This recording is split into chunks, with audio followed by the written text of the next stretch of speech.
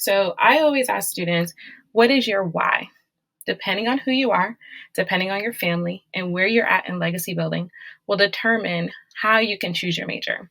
So I know that there's a lot of information out there that says, oh, follow your passion. Some of us don't have the ability to do that when it comes to our career. Maybe your children or children's children will be able to do that because you've built a legacy. But sometimes you might have to do something that you still love, but it might not fall 100% into your passion. You might have to just keep your passion as a passion and find a career because of the potential earnings will help you to get your family out of poverty or to stop the cycle of homelessness or to be the first one in your family to graduate from college, which means that you might have to make some sacrifices in what you study in order to set your kids up so that way they can pay, you can pay for their particular school or you can help them with scholarships. And that way they can feel ahead and maybe they get to follow their passion. So don't let people make you feel bad if you're picking something because you make a lot of money or the potential earnings. Some of us have to pick that way and it's totally okay. You just have to be okay and accept your why. Some of you, depending on your background and culture, you might have some demands of friends, family, and even of yourself. Especially if you made this inner vow to yourself, you marry this idea that you're going to be a doctor because you loved the show Grey's Anatomy since you were 4. And even though you took biology and you hate it, you still feel this pull to studying biology and being a doctor. It could just be because you have thought and meditated and told everyone else that this is what you wanted to do. And so you might be finding your own self and you have to ask yourself why. But for some of you, especially when it comes to family and cultural backgrounds and who's paying for school, you might have to study what it is that they want. And so there are ways for you to still find happiness and joy. A lot of times we equate who we are, like our identity, with what we do for work. And so people will say to you, like, who are you? Tell me more about you. The first thing that they'll normally say is, oh, I'm this, I'm that, I work here. We have to learn to be more holistic in who we are, right? We don't have to answer with what we do. And so sometimes when we start to merge those two, we could find unhappiness. But I know tons of people who sacrificed what they wanted to study and they did what their family wanted. And just to give you a hint, a lot of times if your family's pressuring you, it's probably to be a doctor, lawyer, engineer, nurse, or an accountant, right? In that order. And so if that's the case, you have to find ways around it. And then you be the person that when you have children or you're able to influence other children, you can say, hey, you don't have to study anything particularly. What do you love to learn, right? And so sometimes in order to keep the peace in the household, in order to continuously get your tuition checks and your tuition paid for, you do have to go with the demands of your family.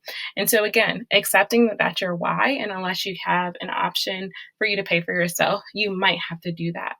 And then some of you just drifted into a major. Maybe you heard a guest speaker, you saw a TV show, maybe your family introduced you to someone and you've just been so excited about what they do and you know that that is something you want to do. Other reasons why people pick a major, inspiration from teachers. You took an internship and you realize, wow, I can see myself doing this. I like being out in the field. I like this idea of being an architect and building cities and making cool apartments for people to live in. Maybe you took an exploratory course, whether that was in high school or in college. So in high school, maybe you took a course that was one of your electives and that introduced you to a particular study of major, and that's how you found it. And then others of you, it's just passion or just research. Maybe you didn't run into anybody, but you still found it. I always like to say our purpose is going to find us. And so we just have to be open to it. So thinking about what makes your heart beat, right? What have you been talking about since you were a kid? What are your strengths? All of these things are things that can help guide you to finding out what it is that you might want to study. So what are some questions to ask yourself, right? When you're looking at a university and you're thinking about what you want to study, you want to ask yourself, do I want something that is very rigid or very flexible? So certain majors offer a lot of flexibility. Like, for example, a lot of your liberal arts and science majors, psychology, sociology, anthropology, those courses, a lot of times you have a lot of free space to take things that you really enjoy. So even if you change your major to political science later during your degree time, a lot of times it won't put you back. versus something like a pyramid type of curriculum. What is that? A pyramid curriculum is something that builds off of one another. So if you're studying engineering, you normally have to take Calc 1. So then the next year you can take Calc 2. So then the next semester you can take Calc 3. You have to normally take Intro to, electrical engineering 1, and then you'll take electrical engineering 2. That brings you into all of these robotics or other things that is necessary, but you normally need to pass one class in order to go to another. We call those courses that have prerequisites. And so if it's a pyramid style program, a lot of times those are going to be your science, technology, engineering, and math, as well as some business courses. They're going to be a little bit more rigid. So a lot of times when you saw that number that said that students change their major at least once, sometimes it's not always a very drastic difference. It's not always a student who's going from studying chemistry to studying art, right? A lot of times it is students who are studying a particular type of major course and they thought that they wanted one concentration versus another. So for example, the student who goes from mechanical engineering to electrical engineering is one example, or a student who is studying cultural anthropology, but then realize they actually want to study the bones and the structures of human beings over time in that area of anthropology. So again, it's not always that students are doing drastic changes, although it does happen. It's a lot of times the students who are just finding out their niche. How do you find out your niche? Introductory courses. Those 100 level courses, a lot of times will go through every single aspect of a particular field. So if you're doing psychology, introduction to psychology, if you're doing introduction to engineering, a lot of times they'll break down every single area of that field, which is why during the core curriculum, it's so great for you to take these introductory courses, because those courses will then allow you to say, that's the part of it that I like. Right?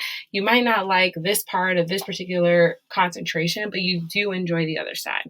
So the next thing you want to ask yourself is, will you enjoy the classes, right? So you are going to be sitting in these classes for 4 years, and I'm going to show you how to find out which classes come with each major.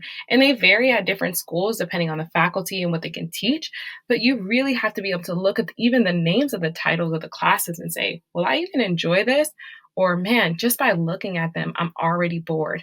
And so again, this is all part of a journey. It doesn't happen overnight. Sometimes it happens just by research, and sometimes it happens super organically.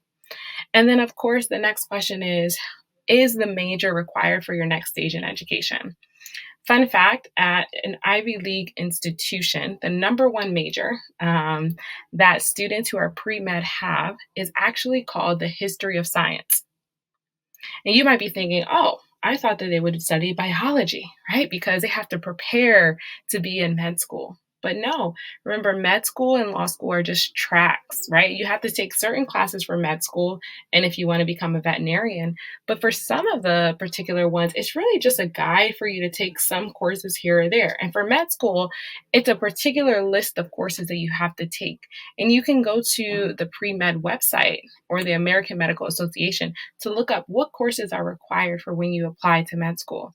You don't need a whole degree in biology to be able to apply in med school. You can major in math, you can major in anthropology, you can major in history. As long as you get those courses such as bio, organic chemistry, other courses, anatomy and physiology that they might require, as long as you have those on your transcript, you can apply. So some of you might have been freed up from that thought just now. Maybe you thought you had to study political science in order to go to law school. No, you can study anything. And so this is why academic advising is so important. Anytime you're questioning something and you don't know, don't go by your own knowledge or understanding. Don't even go by your friends. Talk to someone who absolutely knows and can help guide you in this process.